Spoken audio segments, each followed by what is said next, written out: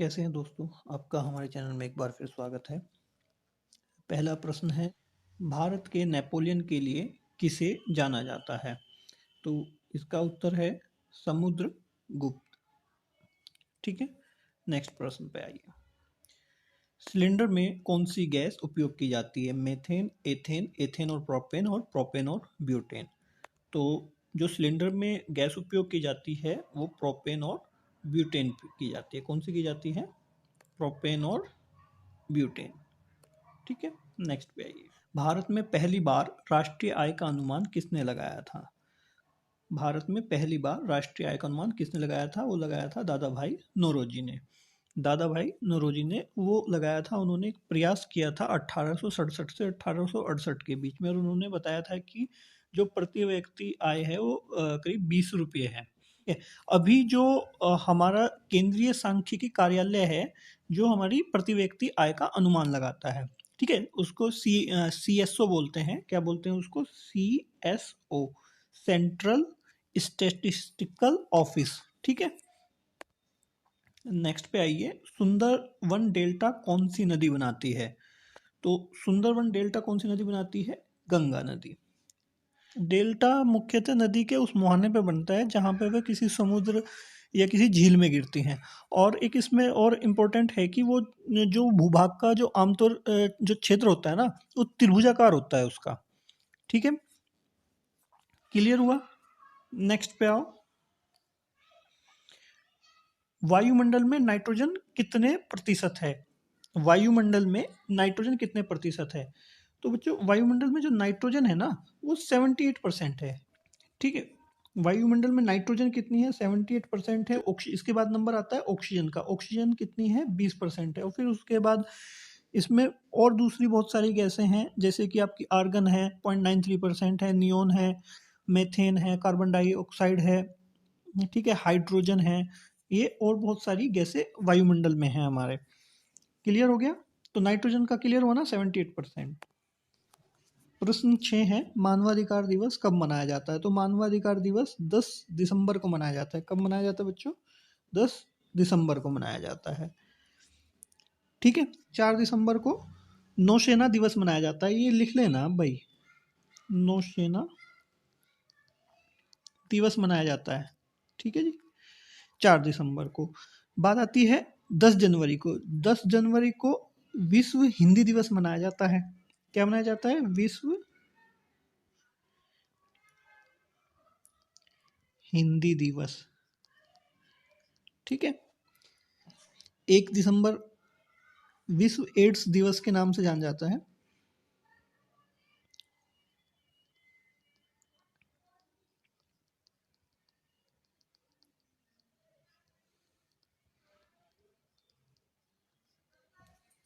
ठीक है, नेक्स्ट प्रश्न पे आइए। प्रश्न 7 है, परमाणु रिएक्टर में मंदक के रूप में क्या प्रयोग किया जाता है? तो इसमें मंदक के रूप में प्रयोग किया जाता है आपका ग्रेफाइट की छड़ें। ठीक है, कहीं कहीं पर आपको ऐसा भी लिखा होगा D2O, मतलब भारी जल। भारी जल भी मंदक के रूप में ही प्रयोग किया जाता है, केवल भारी जल D2O। अगर आपका H2O लिखा हुआ है तो H2O नहीं यूज किया जाता। ठीक है, नेक्स्ट पे आप।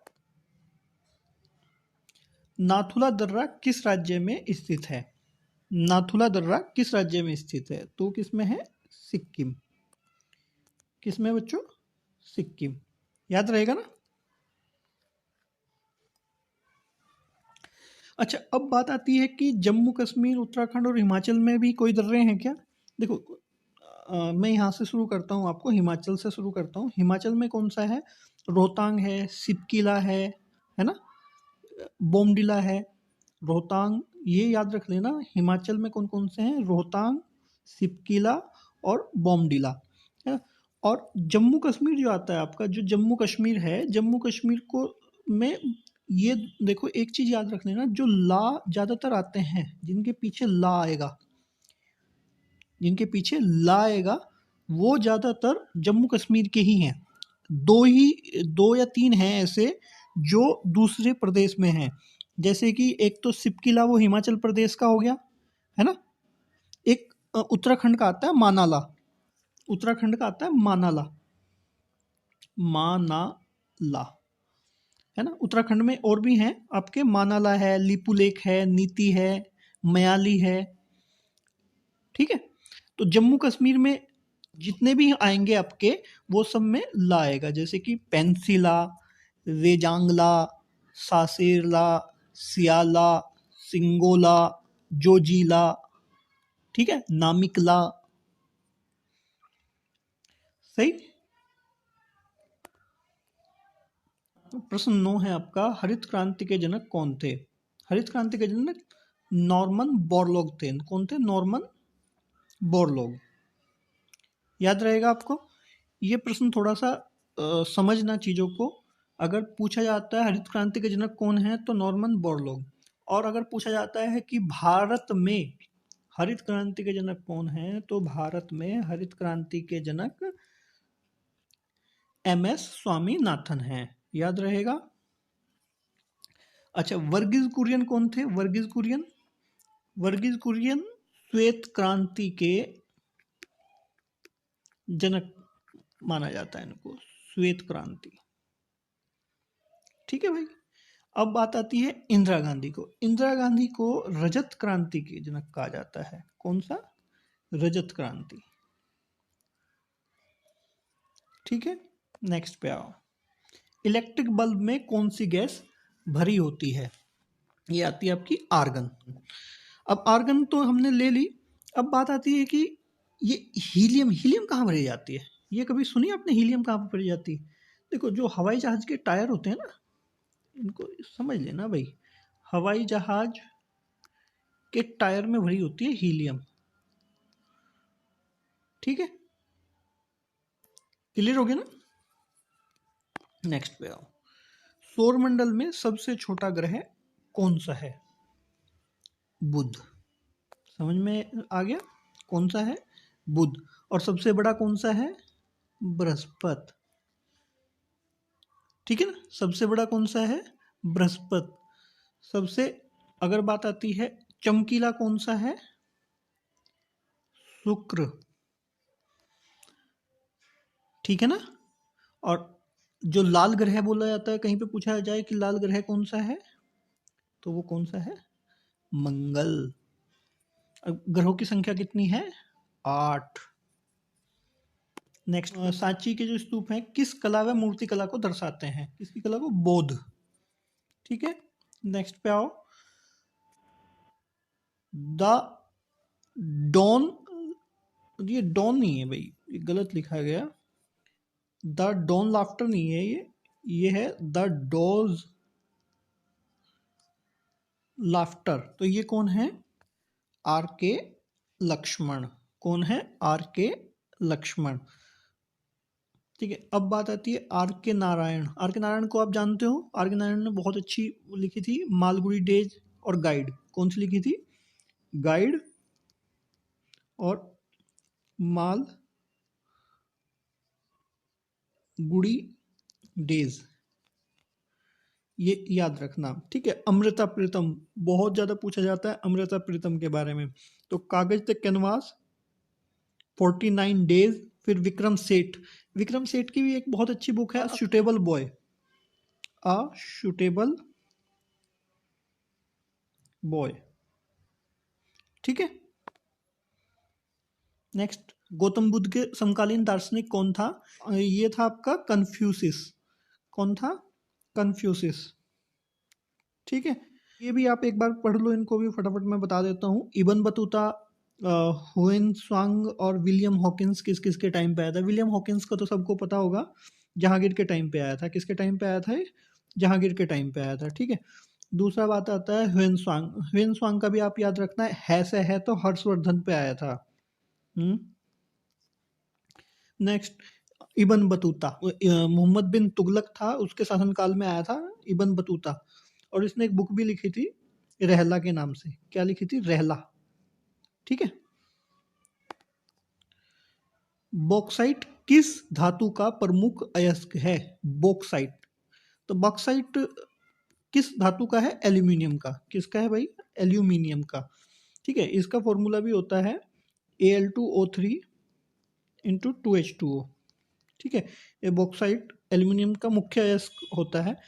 अब जैसे आपका लोहे का है, लोहे का हेमेटाइट होता है, कौन सा होता है लोहे का? हेमेटाइट, हेमेटाइट, ठीक है, हेमेटाइट है Fe2O3, Fe2O3। फिर आपका आता है कॉपर का, जैसे लोहे का हेमेटाइट था, ऐसे ही कॉपर का क्यूप्राइट आता है, कॉपर का क्यूप्राइट आता है, क्यूप्राइट, इसको Cu2O लिखते हैं, ठीक है। ऐसे ही मैग्नीशियम का है, मैग्नीशियम का आपका आता है मैग्नेसाइट, क्या आता है? मैग्नेसाइट। तो इसको क्या लिखते हैं हम? मतलब जो मैग्नीशियम कार्बोनेट होता है, MgCO3, ठीक है, ये इसका मुख्य होता है मैग्नीशियम का। नेक्स्ट पे आओ, नील नदी के किनारे कौन सी सभ्यता का विकास हुआ था? तो नील नदी के किनारे कौन सी सभ्यता का विकास हुआ था? मिस्र सभ्यता का। किसका हुआ था? मिस्र सभ्यता का, ठीक है। अच्छा, जो ये हड़प्पा सभ्यता हुई थी, ये कौन सी नदी पे हुई थी? सिंधु घाटी की सभ्यता बोलते हैं ना इसे, सिंधु घाटी की सभ्यता कौन सी थी? हड़प्पा सभ्यता। अच्छा, मेसोपोटामिया में जो मेसोपोटामिया की सभ्यता थी, वो दजला एवं फरात नदियों के उस पे हुई थी। किस पे हुई थी? दजला और फरात नदियों के तट पे। किस पे? इसको लिख लो, दजला और फरात,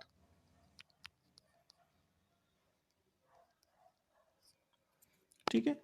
नेक्स्ट पे आओ, डॉक्ट्रिन ऑफ लैप्स किसने आरंभ की? डॉक्ट्रिन ऑफ लैप्स, बहुत ही इंपॉर्टेंट क्वेश्चन है, डॉक्ट्रिन ऑफ लैप्स, या इसको हम बोलते हैं हड़प नीति। क्या बोलते हैं? हड़प नीति। हड़प नीति किसने की थी स्टार्ट ये? अब तो समझ में आ गई होगी ना, हड़प नीति किसने की थी? लॉर्ड डलहौजी ने। किसने की थी? लॉर्ड डलहौजी ने, ठीक है। अच्छा, जो ये आपका है लॉर्ड कर्जन, लॉर्ड कर्जन ने क्या स्टार्ट किया था भाई? अच्छा, लॉर्ड कर्जन ने क्या स्टार्ट किया था? इसने स्टार्ट किया था डिवाइड एंड रूल,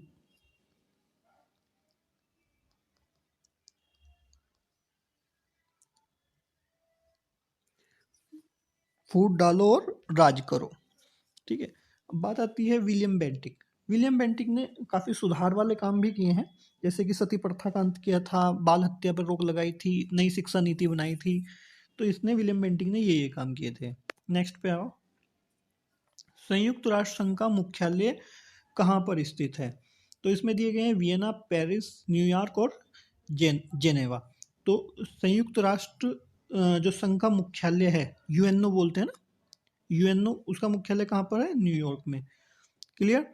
अब बात आती है वियना। वियना मतलब ऑस्ट्रिया में है। इसका है ओपेक का, जो तेल निर्यातक देश हैं, उनका यहाँ पर संगठन का ऑफिस है इधर। दूसरा आता है पेरिस, फ्रांस में, इसमें यूनेस्को का है। किसका है?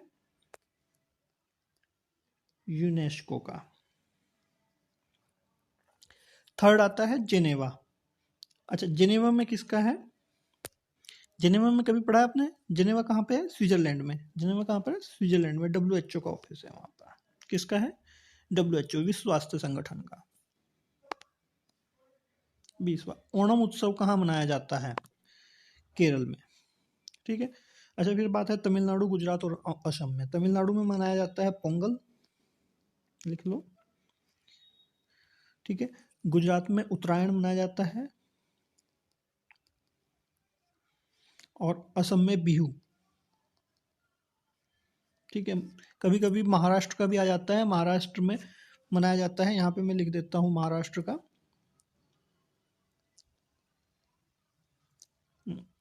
महाराष्ट्र में क्या मनाया जाता है? गुड़ी पड़वा। गुड़ी पड़वा का मनाया जाता है, मतलब नववर्ष के लिए मनाया जाता है मेन ये। नववर्ष का जब आरंभ होता है तब मनाया जाता है गुड़ी पड़वा।